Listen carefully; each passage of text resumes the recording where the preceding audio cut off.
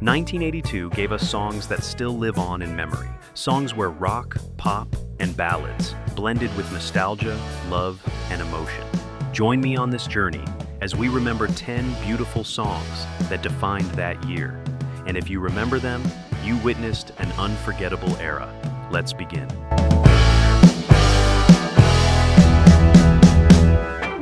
Number 10, Eye of the Tiger by Survivor.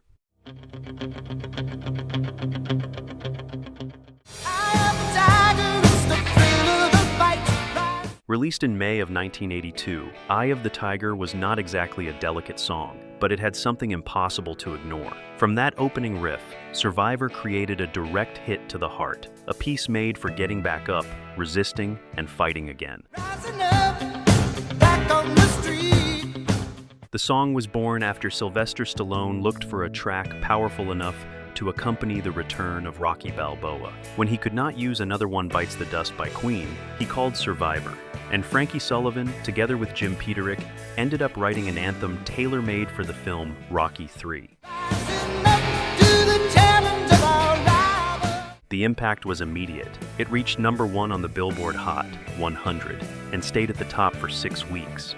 It also reached number 1 in the United Kingdom, won a Grammy, and was nominated for an Oscar, proving that it was not just a movie song, but a worldwide phenomenon. Over time, Eye of the Tiger stopped belonging only to Rocky and became a symbol of strength. Today, hearing just its first few seconds is enough to feel tension, memory, and pure adrenaline. That instant when the music seems to tell you that you can still get back up one more time. Number 9, Words by F.R. David.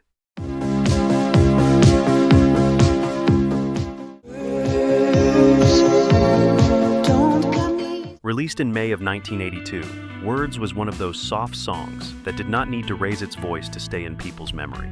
With its delicate melody, its elegant rhythm, and that impossible-to-forget phrase, F.R. David turned a simple song into a deeply 80s memory. I'm just a music man. Behind that sound was Robert Fitoussi, the French musician who adopted the stage name F.R. David. With his image of dark glasses, white guitar, and almost whispered voice, he created a piece where love seemed difficult to express, as if words were not enough to say everything the heart was holding inside. Just a simple song.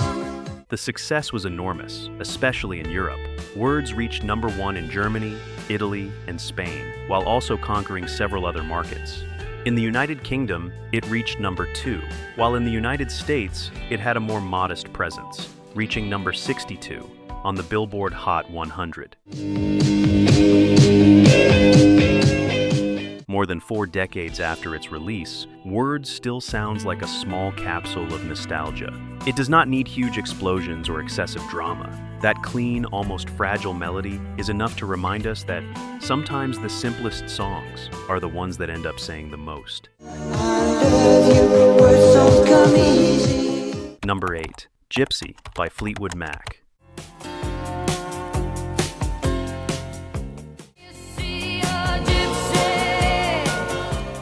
Released in August of 1982, Gypsy sounded like a memory wrapped in soft lights. It did not have the urgency of an anthem or the drama of a great ballad, but through Stevie Nicks' voice, it conveyed something hard to explain. The nostalgia of looking back and recognizing the person you once were.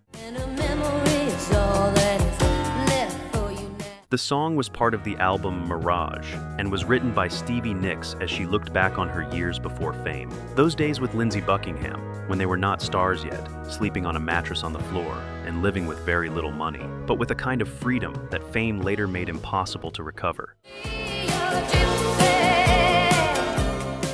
The song reached number 12 on the Billboard Hot 100 and climbed to number 4 on Billboard's rock chart. In the United Kingdom, it had a more modest run, reaching number 46, but its video, directed by Russell Mulcahy, helped reinforce that magical and visual image of Stevie Nicks in the full MTV era.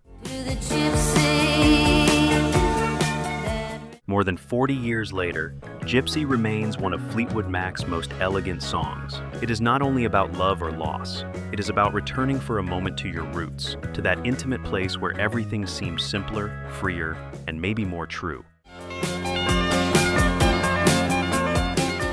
Number 7. Save a Prayer by Duran Duran.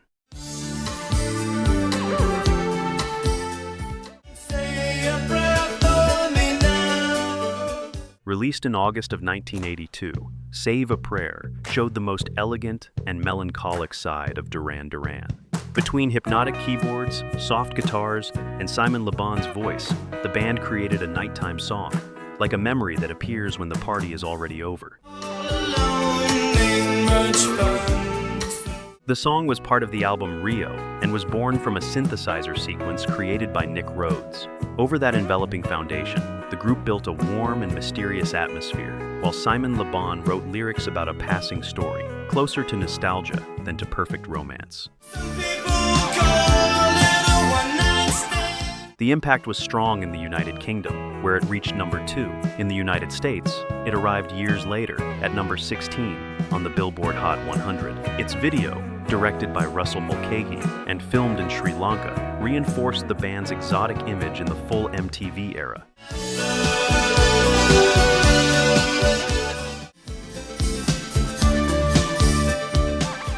Save a Prayer was not just a new wave ballad, it was a postcard of youth, mystery, and memory. Between its nighttime atmosphere and its enveloping melody, the song turned a passing story into one of the most elegant memories of the 80s.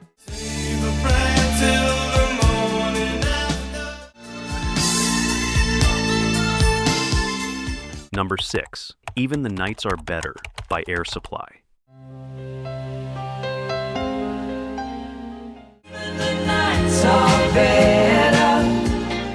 Released in June of 1982, Even the Nights Are Better arrived like a gentle caress in a decade full of big choruses. Air Supply did not try to sound loud. Instead, they chose to build a luminous song, the kind that embraces the listener from the very first verse.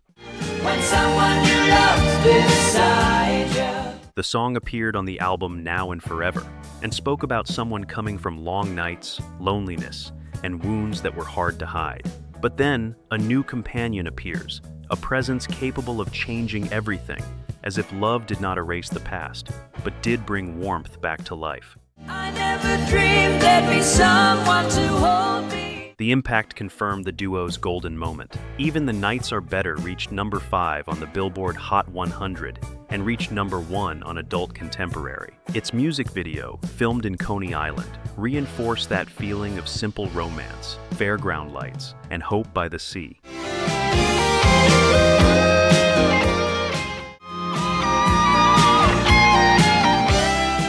Over the decades, Air Supply turned a story of overcome sadness into a melody of relief. The song remained as a refuge for those who once felt the weight of the night, until someone arrived and reminded them that after pain, the heart could light up again. I never dreamed there'd be someone to hold, even the nights are better. Number 5. Do You Really Want to Hurt Me by Culture Club. Give me time. Do you really want to hurt me? Released in September of 1982, Do You Really Want to Hurt Me showed that Culture Club could conquer the world without raising their voice. With its gentle rhythm and reggae feel, the song created an elegant atmosphere, while Boy George turned a painful question into a direct hit to the memory. The song was part of the album Kissing to Be Clever and came after 2 singles that had gone almost unnoticed. But this time, something changed. Boy George's vulnerable voice, the band's image, and lyrics about wounded love made Culture Club go from being a London curiosity to becoming a phenomenon.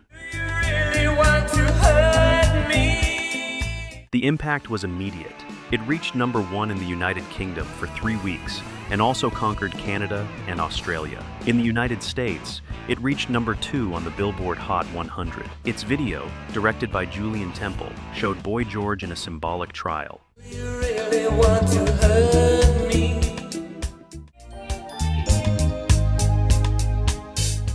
That is why, to this day, Do You Really Want to Hurt Me remains one of the most elegant confessions of 80s pop. Its strength lies in that mix of sweetness and sadness, a question sung calmly, but loaded with everything that hurts when love begins to break. Do you really want to hurt me? Do you really want to make me cry? Number 4. Rosanna by Toto. Rosanna, Rosanna. Released in March of 1982, Rosanna arrived with an elegance that was hard to ignore. It had soft rock, pop soul, studio precision, and a luminous chorus. Toto did not sound like a band looking for luck. They sounded like expert musicians, turning a romantic story into 80s sparkle. The song appeared on the album Toto 4 and was written by David Paich. For years, people believed it was about Rosanna Arquette, who was dating Steve Porcaro at the time. But Paich explained that he only took the name and mixed it with memories of several women. That blend of myth, elegance, and precision ended up giving the song a very particular charm. What became immortal was Jeff Porcaro's rhythm, a shuffle inspired by John Bonham and Bernard Purdie. Its impact was enormous. It reached number 2 on the Billboard Hot 100 and number 12 in the United Kingdom.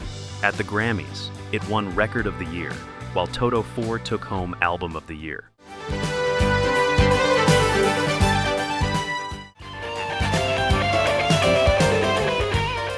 More than 40 years later, Rosanna remains a refined piece of 80s pop rock. Its magic lies in that mix of technique and emotion. Every arrangement feels measured down to the millimeter, but everything sounds warm and human, as if behind so much perfection, a real story was still beating. Number 3. Gloria by Laura Branigan.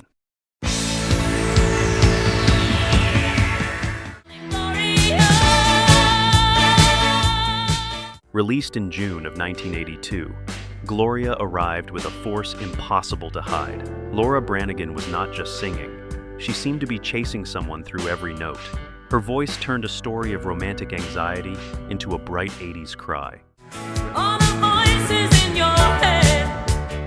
The song was a version of the Italian hit by Umberto Tozzi, originally released in 1979. But Laura Branigan did not make a simple translation. With new English lyrics and a more intense production, Gloria went from a European track to a pop explosion made for American radio. Gloria, how's it gonna go? Gloria, back at you, the voices in your head.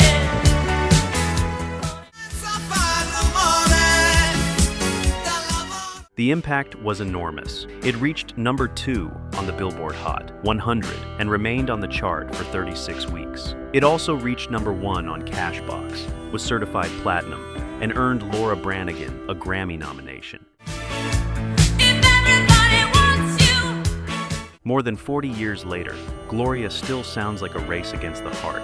It is not a quiet ballad, but it is a song loaded with emotion, urgency, and memory. The kind of track that begins like a desperate call and ends up becoming an anthem no one can let go of. Number 2. Hard to Say I'm Sorry by Chicago. It's hard for me to say I'm sorry. Released in May of 1982, Hard to Say I'm Sorry arrived like a half-whispered confession. Chicago set aside the big horns for a moment and bet on a polished, intimate ballad where Peter Cetera seemed to sing from that fragile instant when pride is no longer enough. Everybody needs a little time away. The song appeared on the album Chicago 16 and was written by Peter Cetera together with David Foster. For the band, it marked an important change, less brass rock and more 80s shine. That smooth and elegant production helped introduce Chicago to a new generation of listeners. After all that we've been through. The impact was immediate. It reached number 1 on the Billboard Hot 100 for 2 weeks, and also reached the top of adult contemporary. In the United Kingdom, it reached number 4, was certified gold, and received a Grammy nomination.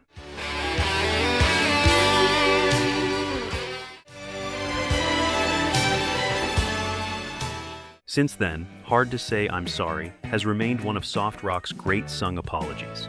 It is not about a perfect love, but about that moment when someone understands that in order to save what they love, they must first learn how to say they are sorry.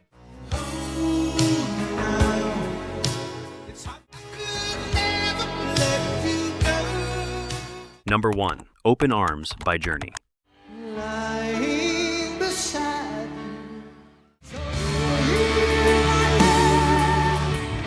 Released on January 8, 1982, Open Arms arrived like an emotional surrender. Journey had been filling stadiums with massive guitars, but here they lowered their guard. Steve Perry sang as if every word were a plea, and arena rock turned into an embrace.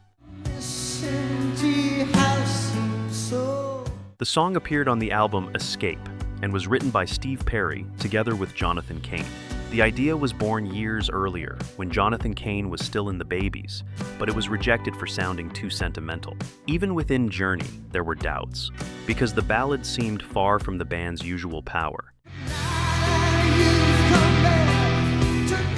The public understood what the band was still debating. Open Arms reached number 2 on the Billboard Hot 100 and stayed in that position for 6 weeks, becoming Journey's biggest hit on that chart. It did not need to reach number 1 to remain one of their most remembered moments.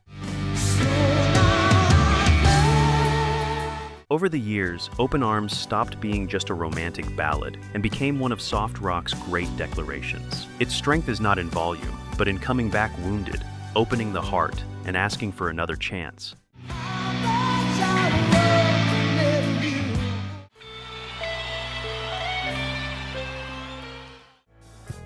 This is where our journey ends through 10 beautiful songs from 1982. Songs that blended rock, pop, nostalgia, and emotion, and still hold memories impossible to erase. Thank you for staying with me until the end. If you want to keep traveling through the history of rock, I'll leave you 2 more videos right here. See you there, my fellow rock friend.